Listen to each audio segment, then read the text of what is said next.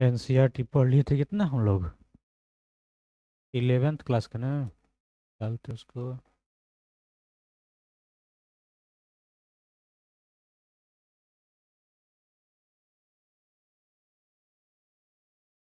एक बार में निकल जा। ये है,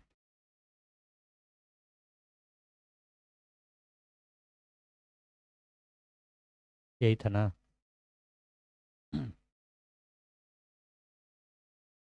पहले पढ़ लेते हैं इसको और आगे। नई तकनीकें तथा प्रश्न। और 1944 में भारतीय पुरातात्विक सर्वेक्षण के डायरेक्टर जनरल बने REM व्हीलर ने इस समस्या का निदान किया। और व्हीलर ने पहचाना कि एक समान क्षैतिज इकाइयों के आधार पर खुदाई के बजाय टीले स्तर विन्यास अनुसरण करना अधिक आवश्यक था। साथ ही साथ ही सेना के पूर्व ब्रिगेडियर के रूप में उन्होंने पुरातत्व की पद्धति में एक सैनिक परिशुद्धता का भी समावेश भी किया। हड़प्पा सभ्यता की भौगोलिक सीमाओं का आज की राष्ट्रीय सीमा से बहुत थोड़ा कोई संबंध नहीं है, लेकिन उपमहाद्वीप के विभाजन तथा पाकिस्तान के बनने के पश्चात सभ्यता का प्रमुख स्थल अब पाकिस्तान के क्षेत्र में आते हैं। हड़प्पा का जो भी स्थल है, जैसे मोहनजोदड़ो, वो सब कहाँ है? अब पाकिस्तान में है।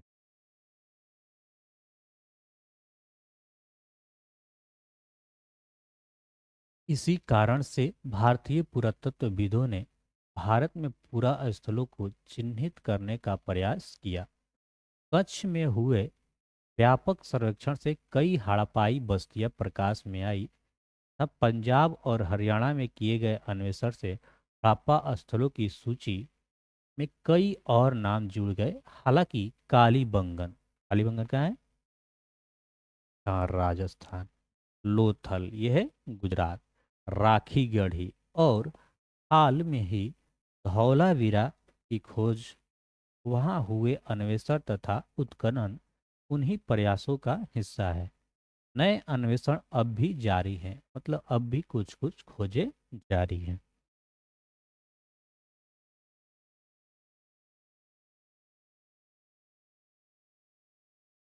इन दशकों में नए प्रश्न महत्वपूर्ण हो गए। यहाँ कुछ पुरातत्वविद आमतौर पर सांस्कृतिक उपक्रम का पता लगाने के इच्छुक रहते हैं, वहीं कुछ और विशेष पुरास्थलों की भौगोलिक स्थिति के पीछे निहित कारणों को समझने का प्रयास करते हैं। वे पूरा वस्तुओं को वे पूरा वस्तुओं रूपी निधि से भी जूझते हैं और उनकी संभावित उपयोगिता को समझने का प्रयास करते हैं। 1980 के दशक में हड़प्पाई पुरातत्व के अंतर्राष्ट्रीय स्तर पर भी रुचि लगातार बढ़ती रही। और हड़प्पा और मोहनजोदड़ो दोनों स्थानों पर उपमहाद्वीपों के तथा विदेशी विशेषज्ञ संयुक्त रूप से कार्य कर रहे हैं। वे आधुनिक वैज्ञानिक तकनीकों का प्रयोग करते हैं, जिनमें मिट्टी, पत्थर, और देखते हैं मिट्टी, पत्थर, अगले पेज पे चले जाएंगे फिर उसको पढ़ लेंगे। धातु की वस्तुएं, वनस्पति, जानवरों के अवशेष प्राप्त करने हेतु सतह का अन्वेषण और साथ ही उपलब्ध साक्ष्य के हर सूक्ष्म टुकड़े का विश्लेषण सम्मिलित हैं। ये अन्वेषण भविष्य में रोचक परिणाम की आशा दिलाते हैं। ठीक है, वहाँ पे मतलब अभी भी हाँ खोज जारी है, जो मिल रहा है उसको रखा जा रहा है। हो सकता है कि भविष्य में इसके बारे में और भी जानकारी कुछ मिले। आइए बॉक्स को पढ़ते हैं, क्या क्या है बॉक्स में। हड़प्पा में व्हीलर। आरंभिक पुरातात्विकविद कई बार साहस की भावना से कार्य करते थे। व्हीलर ने हड़प्पा में अपने अनुभव के विषय में यह लिखा कि मुझे याद आता है कि 1944 का एक गर्म रात पुरातात्विक सर्वेक्षण नवनियुक्त डायरेक्टर जनरल के रूप में अपने स्थानीय मुस्लिम अधिकारी के साथ हड़प्पा नामक एक छोटे से रेलवे स्टेशन से एक गहरे बालू के रास्ते पर 4 मील की तांगे की सवारी कर मैं प्राचीन स्थल के टीलों जो चांद की रोशनी से अवलोकित थे के समीप स्थित एक विश्राम गृह तक पहुंचा।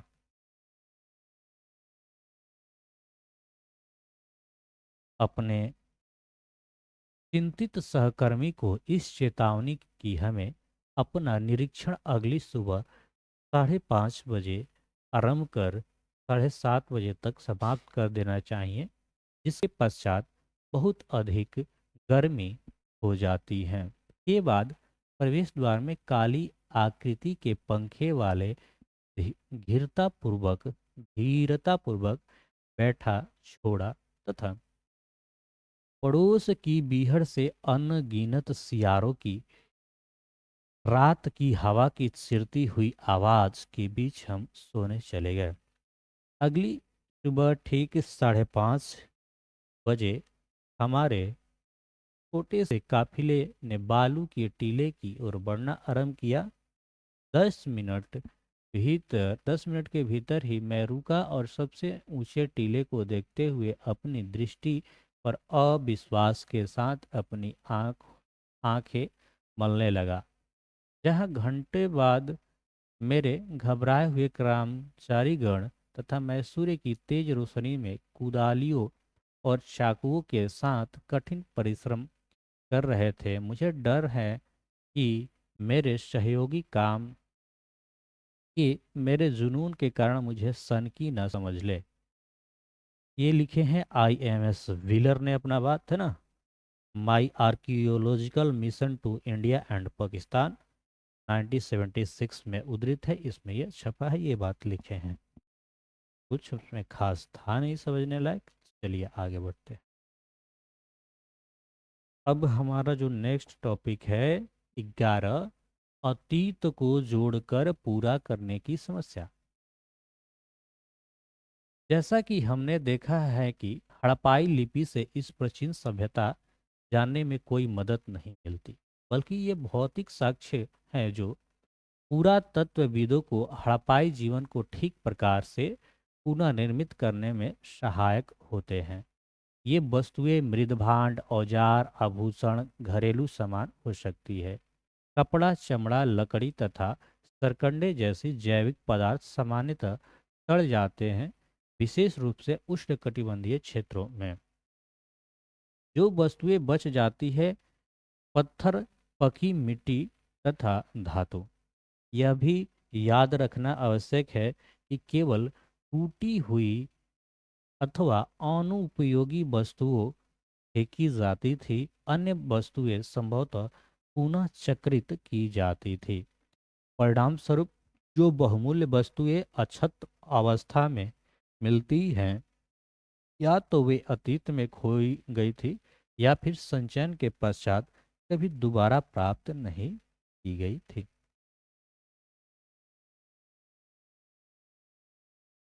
इन शब्दों के कुछ खोजे प्ररूपी की बजाय संयोगिक होती हैं।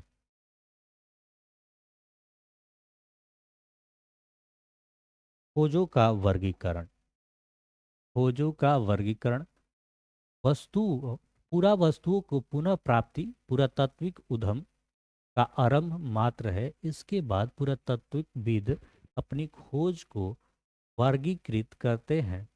वर्गीकरण का एक सामान्य सिद्धांत प्रयुक्त पदार्थों जैसे पत्थर, मिट्टी, धातु, अस्थि, हाथी दांत आदि के संबंध में होता है। दूसरा और अधिक जटिल उनकी उपयोगिता के आधार पर होता है। पुरातत्वविद को यह तय करना पड़ता है कि उदाहरणतः कोई पूरा वस्तु एक औजार है या एक आभूषण या फिर दोनों अथवा अनुष्ठानिक प्रयोग का कोई वस्तु।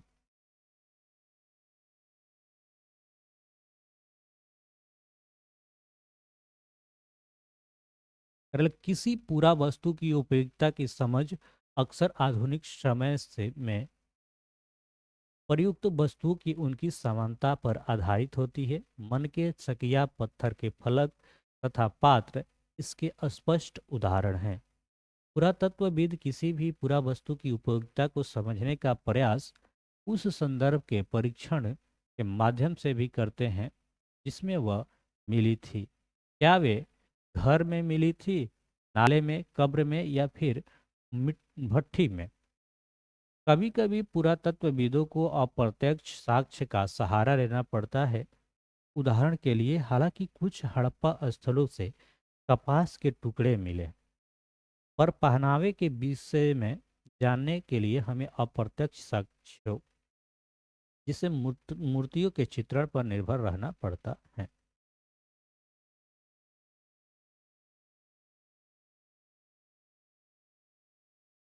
पुरातत्वविदों को संदर्भ में रूपरेखा को विकसित करना पड़ता है। हमने देखा कि पहली प्राप्त हड़प्पाई मुहर को तब तक नहीं समझा जा सका जब तक पुरातत्वविदों उसको समझने के लिए सही संदर्भ नहीं मिला। संस्कृति अनुक्रम जिसमें वह मिली थी तथा मेसोपोटामिया में हुई खोज की तुलना दोनों के संबंध में।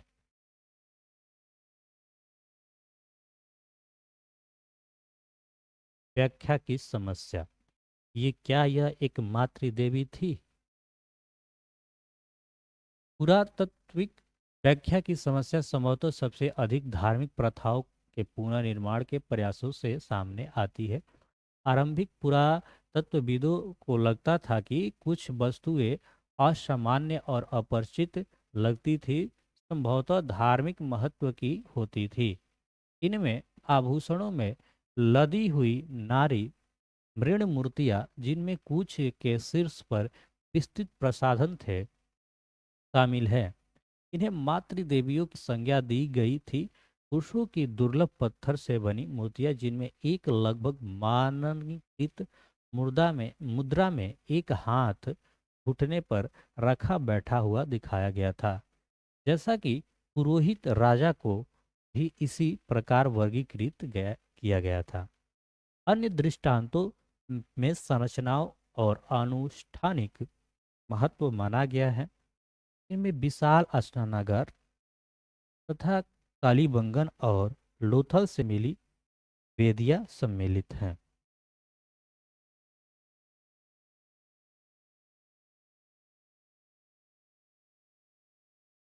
मुहरे, जिनमें से कुछ पर संभवतः अनुष्ठान के दृश्य बने हैं, के परीक्षण से धार्मिक आस्थाओं और प्रथाओं का पुनर्निर्मित करने का प्रयास भी किया गया है। कुछ अन्य, जिन पर पेड़ पौधे उत्कीर्णित है, मान्यता अनुसार प्रकृति की पूजा के संकेत देते हैं। मुहरों पर बनाए गए जानवर, जैसे कि एक सींग वाला जानवर जिसे आमतौर पर एक श्रृंगी कहा जाता है, कल्पित तथा संश्लिष्ट लगते हैं। कुछ मुहरों पर एक आकृति जिसे पाथली मारकर योगी की मुद्रा में बैठा दिया गया है, पालथी मारकर, और कभी कभी जिसे जानवरों से घिरा दिखाया गया है, को आध शिव अर्थात हिंदू धर्म के प्रमुख देवता में से एक आरंभिक रूप की संज्ञा दी गई है। इसके अतिरिक्त पत्थर की शंक्वाकार वस्तुओं को लिंग के रूप में वर्गीकृत किया गया है।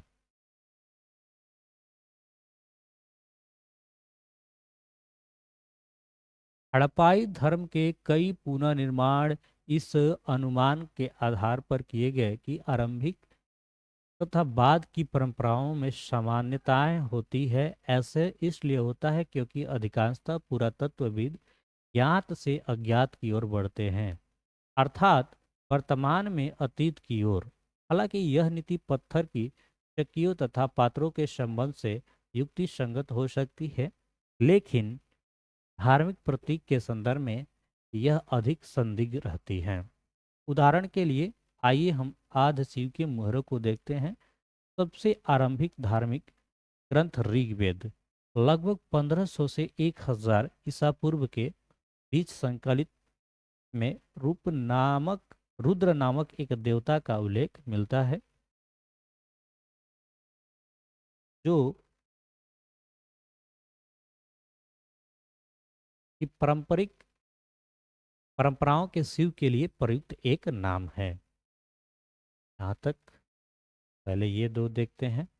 एक आध शिव, एक आध शिव की मुहर मिली है ना। पता नहीं क्या यह एक मातृ देवी है, इसको पूछ रहा है कि क्या ये एक मातृ देवी है, ऐसा मूर्ति मिला है। हाँ, मातृ देवी ही प्रधान था वहां पे। लिंग उस परिकृष्ट पत्थर को कहा जाता है जिसकी पूजा भगवान शिव के रूप में होती है। भगवान शिव का कमन वे महिलाएं और पुरुष होते हैं जो जादुई और इलाज करने की शक्ति के साथ दूसरी दुनिया के संपर्क साधने के समर्थ या को दावा करते थे। ठीक है, ये मुहरे या लिंग प्राप्त ऐसे हुआ है, इसके बारे में थोड़ा सा देख लेते हैं। सबसे आरंभिक उत्खननों में से एक मैक इन पत्थर के विषय में यह कहते हैं, लाजवंत मणि जैस्पर जालसेडनी तथा अन्य पत्थरों से बने छोटे आकार के शंकुओं जो सुंदरता से तरासे और तैयार किए गए थे तथा जो 2 इंच से भी कम ऊंचाई के थे, को लिंग भी माना गया।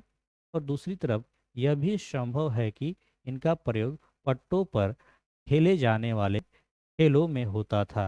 आर्नेस्ट मैके आर्ली इंडस सिविलाइजेशन 1940 से उद्धृत है, ये वहां से लिया गया। अब इधर देखते हैं। पहली 17 शताब्दी ईस्वी में अध्याय 4 को 4 भी देखिए। लेकिन शिव के विपरीत रुद्र को ऋग्वेद में न तो पशुपति सामान्य रूप से जानवरों और विशेष रूप से मांस मवेशियों के स्वामी और न ही एक योगी के रूप में दिखाया गया है। दूसरे शब्दों में यह चित्रण ऋग्वेद में दिए गए रुद्र के विवरण से मेल नहीं खाता। फिर क्या यह कोई शमन था, जैसा कि कुछ विद्वानों ने सुझाया? तो शमन किसे कहते हैं? तो समन वो कहते हैं, वैसा समन्वय महिलाएं पुरुष है जो जादुई और इलाज की शक्ति के साथ दूसरी दुनिया से संपर्क साधने की दावा करते हैं। जैसे बोले तो ओझा ओझा, वही न कहते कि हमारे पास दूसरी शक्ति।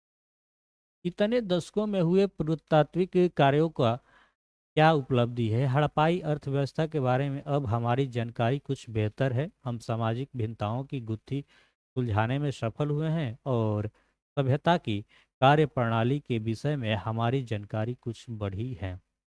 सच में यह स्पष्ट नहीं है कि लिपि को पढ़े जाने की स्थिति में हम और कितना जान पाते हैं। यदि एक द्विभाषिक अभिलेख मिलता है तो हड़प्पाई निवासियों द्वारा बोली जाने वाली भाषाओं के विषय में प्रश्नों पर संभवतः विराम लग सकता है।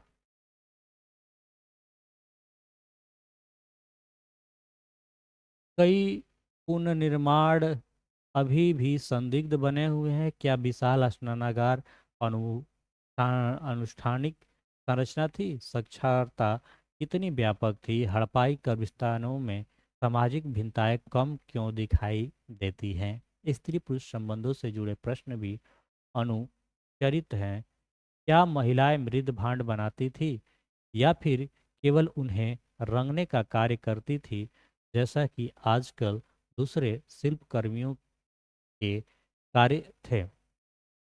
नारी मृणमणिकाओं का क्या उपयोग था? हड़प्पा सभ्यता के संदर्भ में स्त्री पुरुष संबंधी से जुड़े पहलुओं पर बहुत कम विद्वानों ने अन्वेषण किए हैं और यह भविष्य में होने वाली कार्य के लिए एक पूरी तरह नया क्षेत्र है।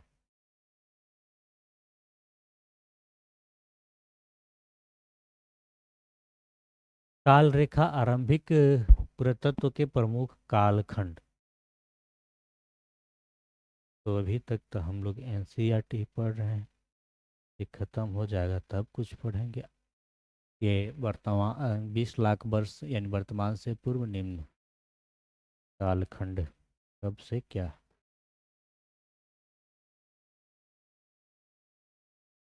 20वीं शताब्दी माधव स्वरूप द्वारा हड़प्पा में उत्खननों का आरंभ हुआ 1921 में। मोहनजोदड़ो का उत्खनन 1985 में। IREM व्हीलर द्वारा हड़प्पा में उत्खनन 1946।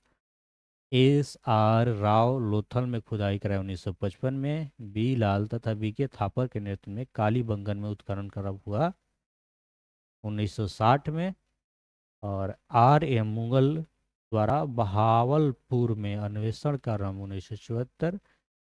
जर्मन इतालवी संयुक्त दल द्वारा मोहनजोदड़ो के सतह अन्वेषण आरंभ 1980 में। और 1986 में अमेरिकी दल द्वारा हड़प्पा में उत्खनन का आरंभ। और 1900 में RM बिष्ट द्वारा धोलावीरा का उत्खनन आरंभ। ये कुछ टाइमलाइन दिया गया है कि क्या कब हुआ है। उत्तर दीजिए लगभग 100 से 150 शब्दों में। ये क्वेश्चन पूछ रहा है हड़प्पा सभ्यता के शहरों में लोगों की उपलब्ध भोजन सामग्री की सूची बनाइए। क्या भोजन उपलब्ध था? इन वस्तुओं में उपलब्ध कराने वाले समूहों की पहचान कीजिए। दूसरा क्वेश्चन कि पुरातत्वविद हड़प्पाई समाज से सामाजिक आर्थिक भिन्नताओं को पता किस प्रकार लगाते हैं? वे कौन सी विभिन्नता का ध्यान रखते हैं? क्या आप तीसरा क्वेश्चन कि क्या आप इस तथ्य से सहमत है कि हड़प्पा सभ्यता को शहरों की जाल निकास प्रणाली नगर नियोजन संकेत करती है? आपने उत्तर का कारण बताएं। तो अपने शब्दों में इसे लिख देना है। हड़प्पा सभ्यता में मनके बनाने के लिए प्रयुक्त पदार्थ की सूची बनाइए। कोई भी एक प्रकार मनकों का प्रक्रिया वर्णन कीजिए। चित्र को देखिए, उसका वर्णन कीजिए। शिव किस प्रकार रखा गया है, उसके समीप कौन सी वस्तु रखी गई है, क्या शरीर का कोई। ठीक है, यहाँ से हमको लगता है कि खत्म हो गया है ना। अब हम लोग एक जगह कुछ विशिष्ट वर्णन कीजिए। फिर 7 क्वेश्चन 8 क्वेश्चन। मानचित्र का कार्य।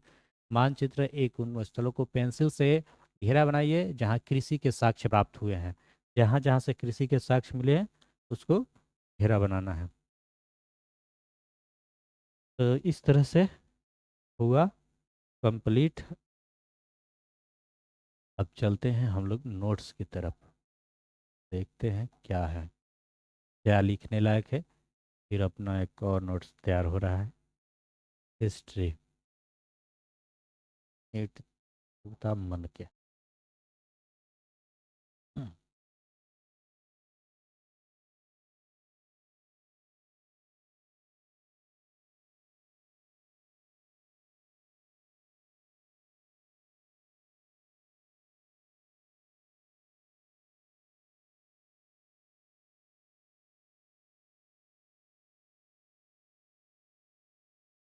ये पढ़ लिए थे ना इधर। विलासिता का खोज, मोहरों का आदान प्रदान। उसी बात को इसमें पॉइंट वाइज लिखा गया है। लिखा जाएगा कनिंघम का भ्रम।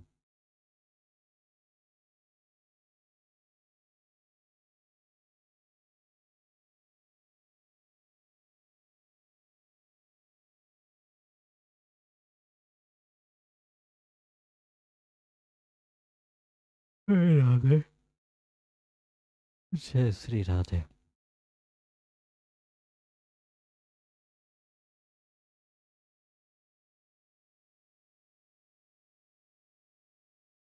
क्या है और कुछ है इसमें?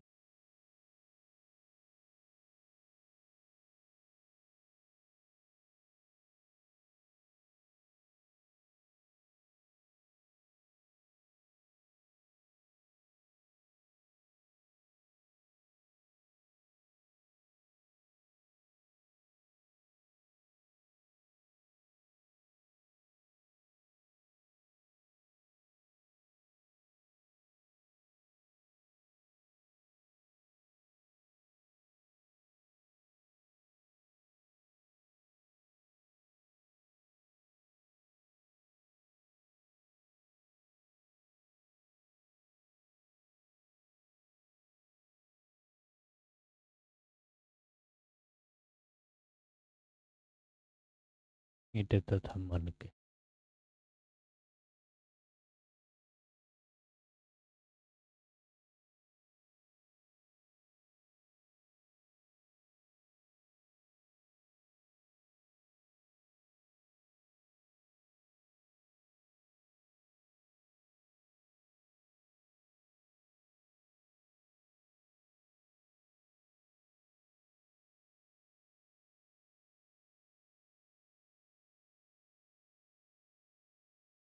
इसमें कहाँ तक पढ़े थे? ये कंप्लीट हो गया है। तो इसको रहने देते हैं, क्योंकि फिर लिखवाएंगे तो ये ज़्यादा बड़ा बड़ा है, और सीधे हम क्वेश्चन ऐसे ही कर लेंगे।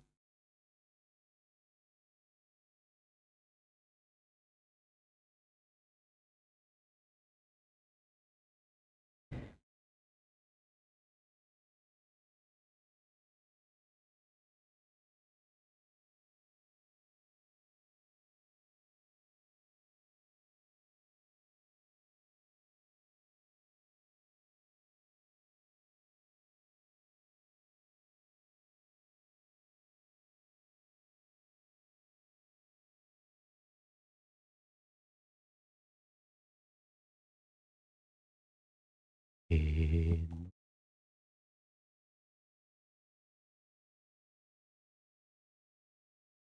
दूसरा चैप्टर है राजा की शान।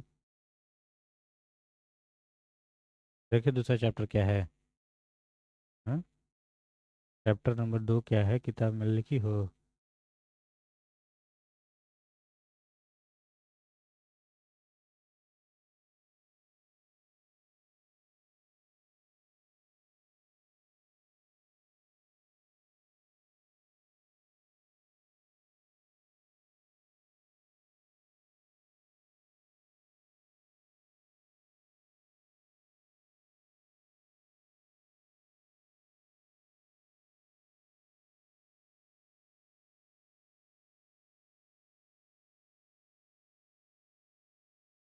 पहले किताब पढ़ ले कि नोट्स पढ़।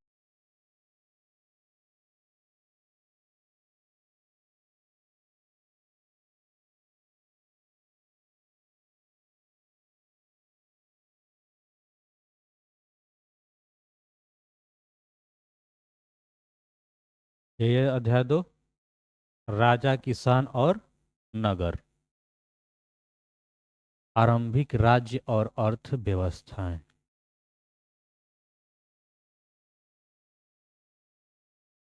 चलो समझते हैं, लिखने वाला काम रहेगा बाद में। वैदिक सभ्यता। नोट, हड़प्पा सभ्यता के पतन के बाद वैदिक सभ्यता आई। हड़प्पा सभ्यता के पतन के बाद कौन सा सभ्यता आई? वैदिक सभ्यता। वैदिक सभ्यता आर्यों के द्वारा बनाई गई थी। वैदिक सभ्यता कौन बनाया था? तो आर्यों ने। वैदिक सभ्यता एक ग्रामीण सभ्यता थी, जो कि 1500 ईस्वी पूर्व से 600 ईस्वी पूर्व तक चली। वैदिक काल में ही 4 वेदों की रचना हुई। वैदिक सभ्यता के बाद महाजनपद काल आया। इस समय नए नगरों का विकास हुआ। चारों वेद नाम याद है? ऋग्वेद, यजुर्वेद, सामवेद, अथर्ववेद। 6ठी शताब्दी ईसा पूर्व एक परिवर्तनकारी काल। प्रारंभिक भारतीय इतिहास में 6ठी सदी ईसा पूर्व को एक अहम बदलावकारी काल मानते हैं।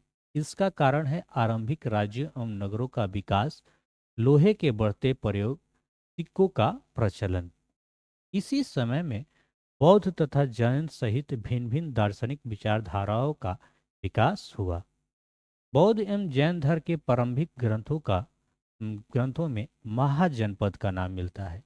जो बौद्ध धर्म की ग्रंथें हैं वो जैन धर्म की ग्रंथें हैं, उस ग्रंथों में महाजनपद का नाम मिलता है। 16 राज्यों का जिक्र मिलता है। इन महाजनपद में क्या मिलता है? 16 राज्यों का जिक्र मिलता है।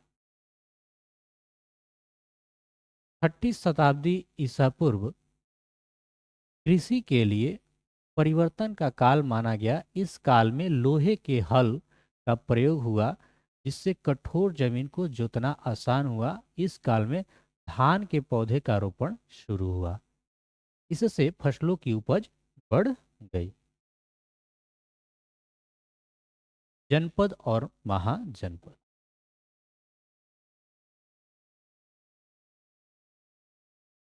ऋग्वेद युग में राज्यों का जन कहा जाता था, और उत्तर वैदिक युग में राज्यों का जनपद कहा जाता था।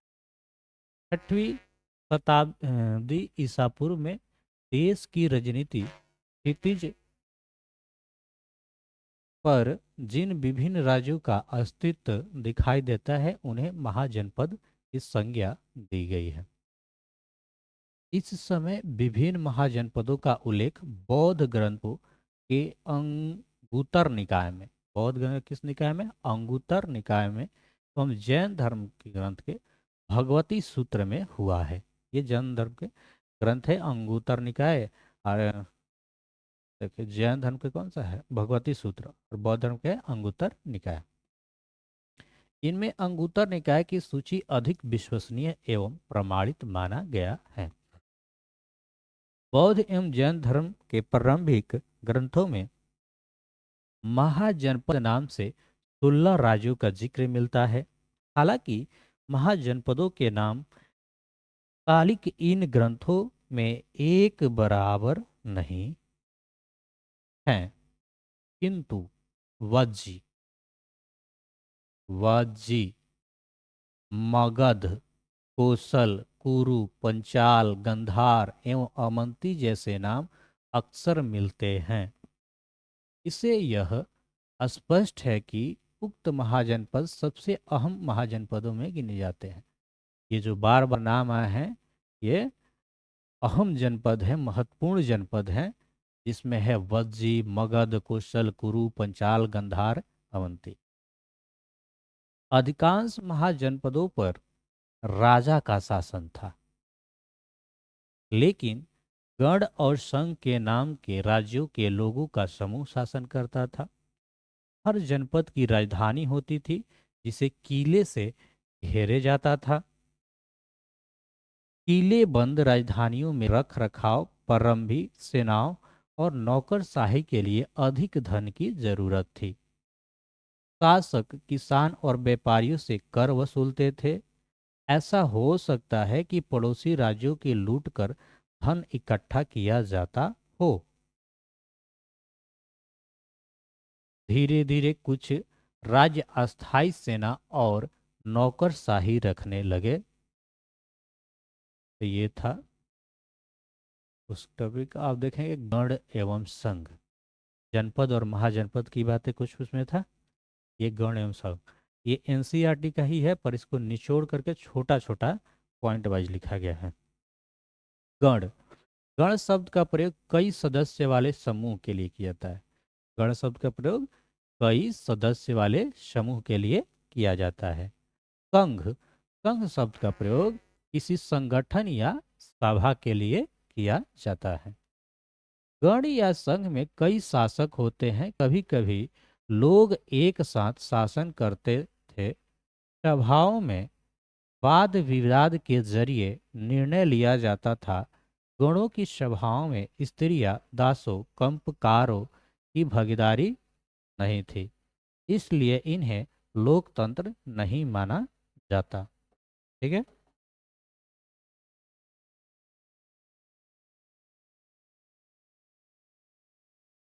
भगवान बुद्ध और भगवान महावीर दोनों इन्हीं गणों से संबंधित थे।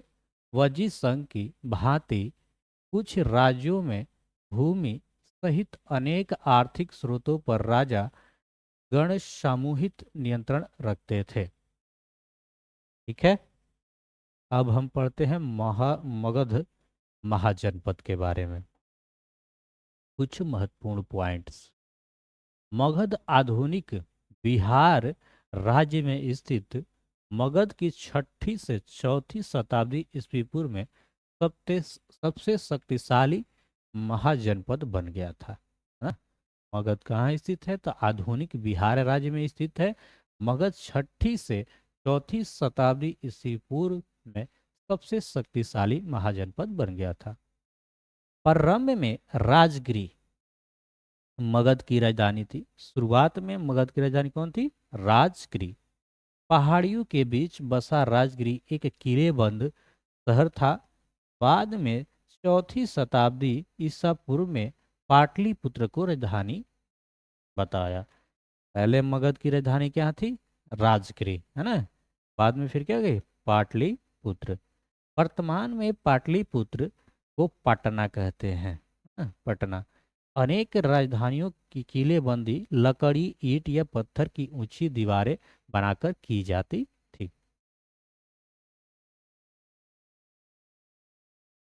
डॉक्टर हेमचंद्र राय चौधरी ने मगध के बारे में कुछ इस प्रकार बताया। मगध का प्रारंभिक इतिहास हर्यक हर्यक जो वंश है, हर्यक वंश या हर्यक कुल में राजा बिंबिसार से प्रारंभ होता है।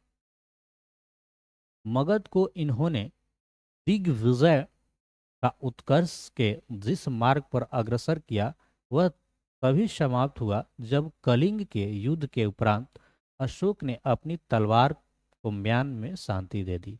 एक कलिंग युद्ध हुआ था उड़ीसा में, जिसमें अशोक का हृदय बदल गया था। इतना मार काट हो गया था कि मन बदल गया, आप कहे कि हम मार काट नहीं करेंगे। वही कह रहे कि अपनी तलवार को म्यान में शांति दी। मगध महाजनपद इतना समृद्ध क्यों था? शक्तिशाली महाजनपद बनने के कारण क्या थे? ये क्वेश्चन हो गया, इसके क्या हो गया पॉइंट वाइज उत्तर। ये प्राकृतिक रूप से सुरक्षित था। मगध क्या था? प्राकृतिक रूप से सुरक्षित था। इस जनपद के इर्द गिर्द पहाड़ियां थी जो प्राकृतिक रूप से इसकी रक्षा करती थी। यहाँ उपजाऊ भूमि थी। गंगा और सोन नदी के पानी से सिंचाई के साधन उपलब्ध थे, जिसके कारण यहाँ फसल अच्छी होती थी। अब जो पटना है वो गंगा और सोन के ही तो किनारे बसा हुआ है, तो उस समय भी तो वही नदियाँ थी। यहाँ की जनसंख्या और जनपदों से अधिक थी। यहाँ की जो जनसंख्या थी जनपद से क्या थी? अधिक थी। जंगलों में हाथी उपलब्ध थे। जंगलों में हाथी पाए जाते थे जो कि सेना के बहुत काम आते थे। योग्य तथा महत्वाकांक्षी शासक थे। मगध के बहुत योग्य और शक्तिशाली थे राजा, है ना।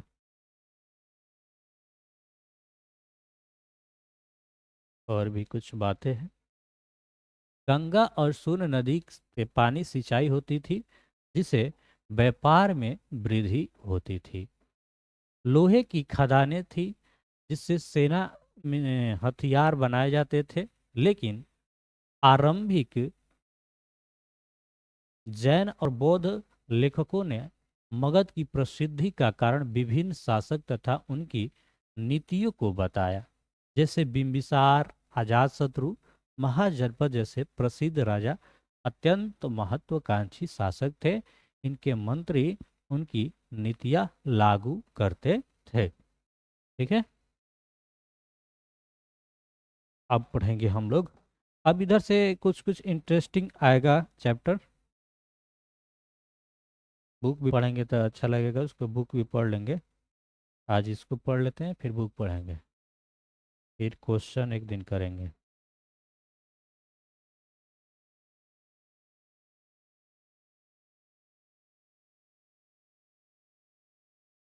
एक आरंभिक साम्राज्य मौर्य साम्राज्य, है ना। 321 से 185 बीसी। मगध के विकास के साथ साथ मौर्य साम्राज्य का उदय हुआ। मगध का विकास के साथ साथ मौर्य साम्राज्य का उदय हुआ। मौर्य साम्राज्य का स्थापना कौन किए थे? तो चंद्रगुप्त मौर्य। कई बार ये भी ऑब्जेक्टिव में क्वेश्चन बन जाएगा। 321 ईस्वी पूर्व में की थी, जो कि पश्चिम में अफगानिस्तान और बलूचिस्तान तक फैला था। एक लाइन का एक ऑब्जेक्टिव क्वेश्चन बनेगा कि मगध साम्राज्य की स्थापना कौन किया था? तो चंद्रगुप्त मौर्य। आइए थोड़ा सा जानते हैं चंद्रगुप्त मौर्य। चंद्रगुप्त मौर्य का जन्म 340 ईस्वी पूर्व पटना के बिहार जिले में हुआ था। भारत के प्रथम हिंदू सम्राट थे। इन्होंने मौर्य साम्राज्य की स्थापना की थी। चंद्रगुप्त मौर्य के गुरु विष्णुगुप्त, कौटिल्य या चाणक्य, तीनों एक ही नाम है। कौटिल्य कहिए या चाणक्य, उनका ही नाम है विष्णुगुप्त। चंद्रगुप्त मौर्य के गुरु कौन थे? तो कौटिल्य कहिए या चाणक्य कहिए या विष्णुगुप्त।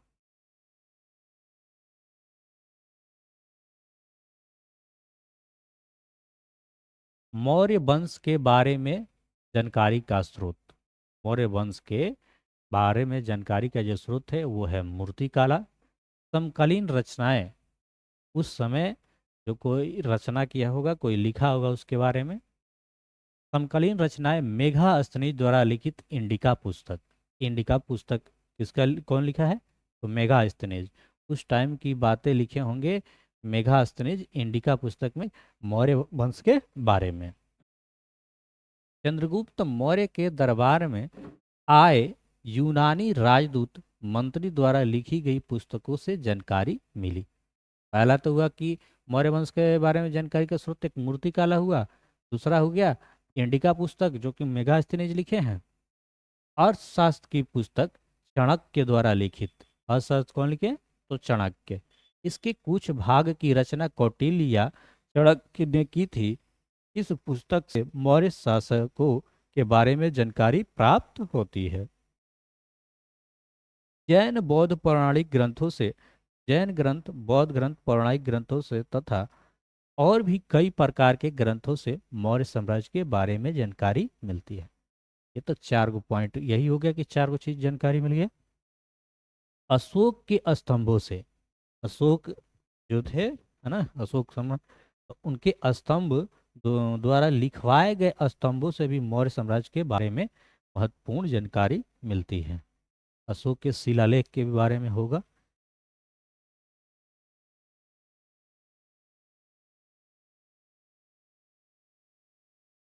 अशोक पहला सम्राट था जिसने अधिकारियों और प्रजा के लिए संदेश प्राकृतिक पत्थरों और पॉलिश किए हुए स्तंभों पर लिखवाया था, है ना। स्तंभ पे अशोक के शिलालेख, 13 गो शिलालेख इनका मिलता है। मौर्य साम्राज्य में प्रशासन, मौर्य साम्राज्य में प्रशासन कैसे थे?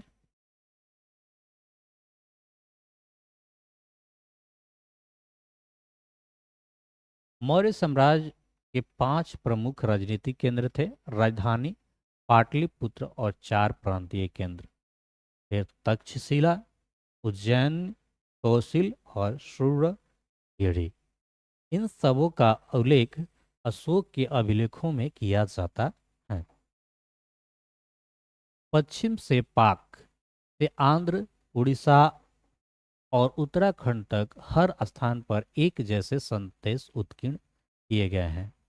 ऐसा माना जाता है कि इस साम्राज्य में हर जगह एक प्रशासनिक व्यवस्था नहीं रही होगी, क्योंकि अब पाकिस्तान की पहाड़ी इलाका, दूसरी तरफ उड़ीसा के तटवर्ती क्षेत्र। तक्षशिला और उज्जैनी दोनों लंबी दूरी वाले महत्वपूर्ण व्यापार मार्ग थे।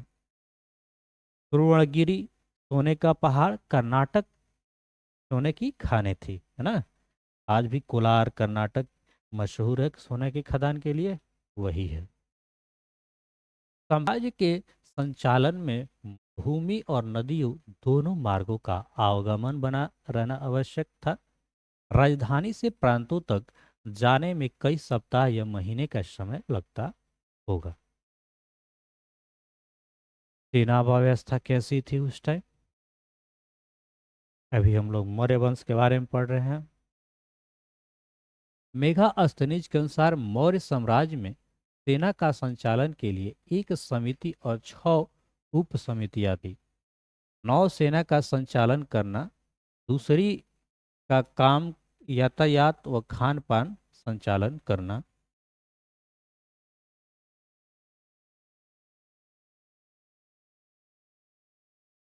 तीसरी का काम पैदल सैनिकों का संचालन करना, और चौथी का काम अश्वरोही का संचालन करना, पांचवी का काम राथारोही का संचालन करना, और छठी का काम हथियारों का संचालन करना। तो इस तरह से कुछ कुछ कामें बांटी गई थी। अन्य उप समितियां,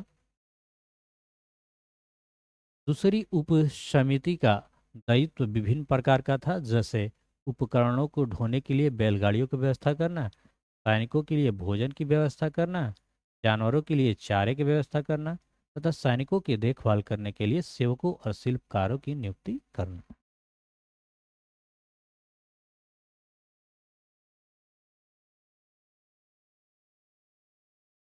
मेगास्थनीज, मेगास्थनीज एक पुस्तक लिखा था, उसका क्या नाम है? इंडिका।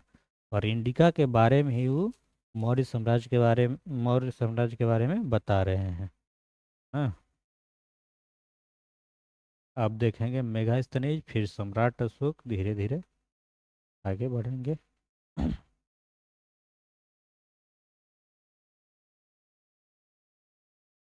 कितना बज रहा है? अभी टाइम है। मेगास्थनीज यूनान का राजदूत और एक महान इतिहासकार था। क्या था? इतिहासकार, लेखक, है ना। मेगास्थनीज ने एक पुस्तक लिखी जिसका नाम इंडिका था। इस पुस्तक में हमें मौर्य समाज की जानकारी मिलती है। मेगास्थनीज ने बताया कि मौर्य साम्राज्य में सेना का संचालन एक समिति और 6 उप समितियां थी। ये बताया था मेगास्थनीज।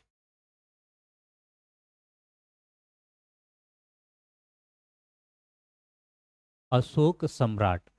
अशोक भारतीय इतिहास के सर्वाधिक रोचक व्यक्तियों में से एक हैं। अशोक की पहचान 1830 ईस्वी के दशक में हुई, जब ईस्ट इंडिया कंपनी के एक अधिकारी जेम्स प्रिंसेप, बहुत महत्वपूर्ण नाम है, जेम्स प्रिंसेप ने ब्राह्मी और खरोष्टी लिपियों के अर्थ निकाला। पूछा जाता है कि सबसे पहले अशोक के शिलालेखों को या ये अशोक के जो लिपि में लिखा गया था, अशोक, वो कौन पढ़ाता था? वही पढ़ा था जेम्स प्रिंसेप। जेम्स प्रिंसेप ने ब्राह्मी और खरोष्टी लिपियों का अर्थ निकाला, मैंने वही पढ़ा था पहली बार। अशोक के अभिलेख का प्रकृति में है। अशोक का अभिलेख किसमें है? प्रकृत में है। जबकि पश्चिमोत्तर से मिले अरमाइक और यूनानी भाषा में है।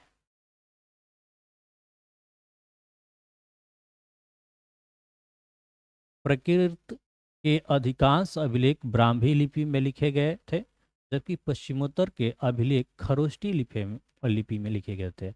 अरमाइक और यूनानी लिपियों का प्रयोग अफगानिस्तान में मिले अभिलेखों में किया गया था। इन लिपियों का उपयोग सबसे आरंभिक अभिलेख और सिक्कों में किया गया।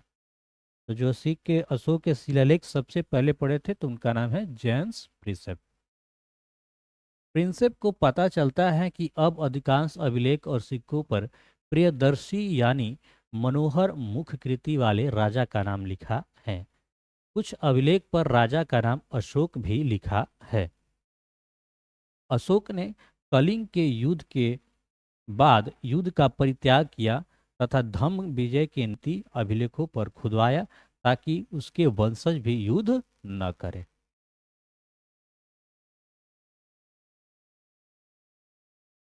ब्राह्मी और खरष्टी लिपि के अर्थ। 1830 1830 में ईस्ट इंडिया कंपनी के एक अधिकारी जेम्स प्रिंसेप ने ब्राह्मी और खरष्टी लिपियों का अर्थ निकाला था। ब्राह्मी और खरष्टी लिपियों का प्रयोग शुरू शुरू के अभिलेखों और सिक्कों पर किया जाता था। जेम्स प्रिंसेप को यह बात पता चल गया कि ज्यादातर अभिलेखों और सिक्कों पर प्रियदर्शी राजा नाम लिखा था। प्रियदर्शी अशोक का ही नाम है, उसको अपना नाम उत्कीर्ण करवाया था। प्रियदर्शी किसको कहते हैं? तो अशोक। प्रियदर्शी का मतलब होता है मनोहर मुख कृति वाला राजा, अर्थात जिसका मुंह सुंदर हो, है ना, वैसा राजा। खरोष्टी लिपि को कैसे पढ़ा गया? खरोष्टी लिपि को कैसे पढ़ा गया? तो पश्चिमोत्तर से पाए गए अभिलेखों में खरोष्टी लिपि का प्रयोग किया गया था। इस क्षेत्र में हिंद यूनानी शासक शासन करते थे और उनके द्वारा बनवाए गए सिक्के खरोष्टी लिपि के बारे में जानकारी मिलती है। उनके द्वारा बनाए गए सिक्कों में राजाओं के नाम यूनानी खरोष्टी में लिखे गए थे। यूनानी भाषा पढ़ने वाले यूरोपीय विद्वान में अक्षरों का मेल किया। ब्राह्मी लिपि को कैसे पढ़ा गया?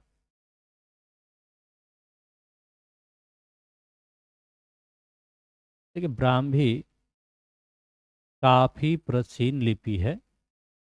आज हम लगभग भारत में जितना भी भाषाएं पढ़ते हैं, उनकी जड़ ब्राह्मी लिपि ही है। 18वीं सदी में यूरोपीय विद्वानों ने भारत के पंडितों की मदद से बंगाली और देवनागरी लिपि में बहुत सारी पांडुलिपियां पढ़ी और अक्षरों को प्राचीन अक्षरों से मेल करने का प्रयास किया। कई दशकों बाद जेम्स प्रिंसेप ने अशोक के समय की ब्राह्मी लिपि 1838 ईस्वी में अर्थ निकाला। तो ये क्वेश्चन पूछा जाएगा, कौन पढ़ा था अशोक की लिपि को? तो जेम्स प्रिंसेप। नेक्स्ट है कि सिक्के किस प्रकार के होते थे? व्यापार करने के लिए सिक्के का प्रयोग किया जाता था। चांदी और तांबे के आहत सिक्के। छठी शताब्दी ईस्वी पूर्व सबसे पहले प्रयोग किया गया आहत सिक्का। जिस समय खुदाई की जा रही थी तब सिक्के प्राप्त हुए।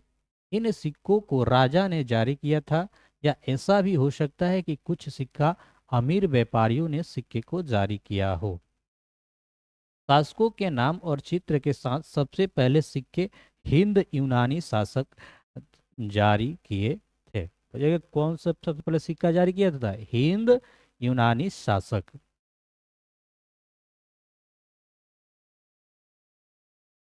ये भी अच्छा क्वेश्चन है, जीके में डायरेक्ट बनता है कि सोने के सिक्के सबसे पहले कुषाण राजाओं ने जारी की थी। तो जगह सोने के सिक्के कौन चलाया था? तो कुषाण। इन सिक्कों का वजन और आकार उस समय के रोमन सिक्कों के जैसे हुआ करता था। पंजाब और हरियाणा जैसे क्षेत्र में यौधेय शासक ने तांबे के सिक्के जारी किए, भेजे की हजारों की संख्या में वहां से मिले हैं।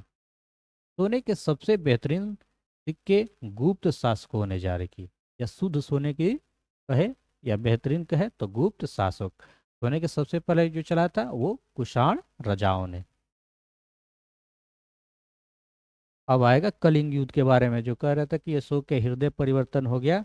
इसके बाद वो अपना तलवार म्यान में रख दिए, अब लड़ाई नहीं करना चाहते थे। यह है कलिंग युद्ध का निचोड़।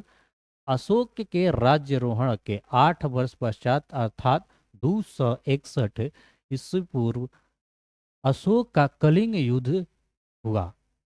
प्लिनी के अनुसार अशोक के राज्याभिषेक के बाद की यह घटना, प्लिनी के अनुसार कलिंग की सेना में 60,000 पैदल और 1,000 घुड़सवार और 700 हाथी थे।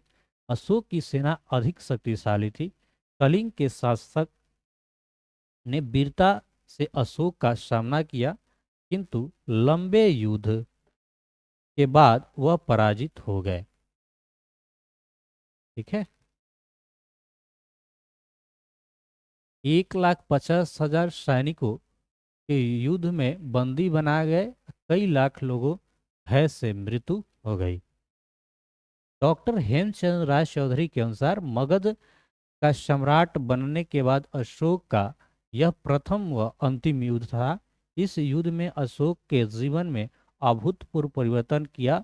इसके साथ ही उसने प्रतिज्ञा की कि वह कभी भी शस्त्र का प्रयोग नहीं करेगा और शस्त्र के अनुसार प्रशासन का चलाएगा।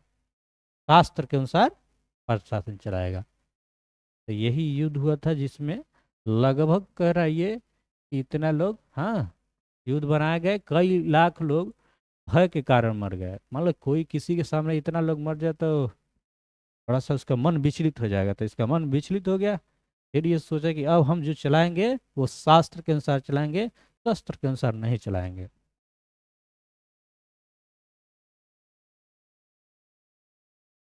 अशोक का राजत्व सिद्धांत। कलिंग युद्ध के पश्चात अशोक ने शांति व मैत्री की नीति अपनाई। इसके बाद अशोक ने 2 आदेश जारी किए, जो धौली और जागोड़ नामक स्थान पर सुरक्षित है। इन आदेशों में लिखा गया कि सम्राट अशोक का आदेश है कि प्रजा के साथ पुत्रवत व्यवहार हो, जनता को प्यार किया जाए, अकारण लोगों अकारण लोगों को कारावास या दंड यातना न दी जाए, बिना कारण के, है ना। जनता के साथ न्याय किया जाना चाहिए। अब हम लोग धम्म के अभिप्राय कल पढ़ेंगे, क्या है कि लंबा समय से पढ़ ही रहे हैं, है ना। यहीं से कल पढ़ेंगे धम के अभिप्राय और क्वेश्चन भी लिखवा देंगे।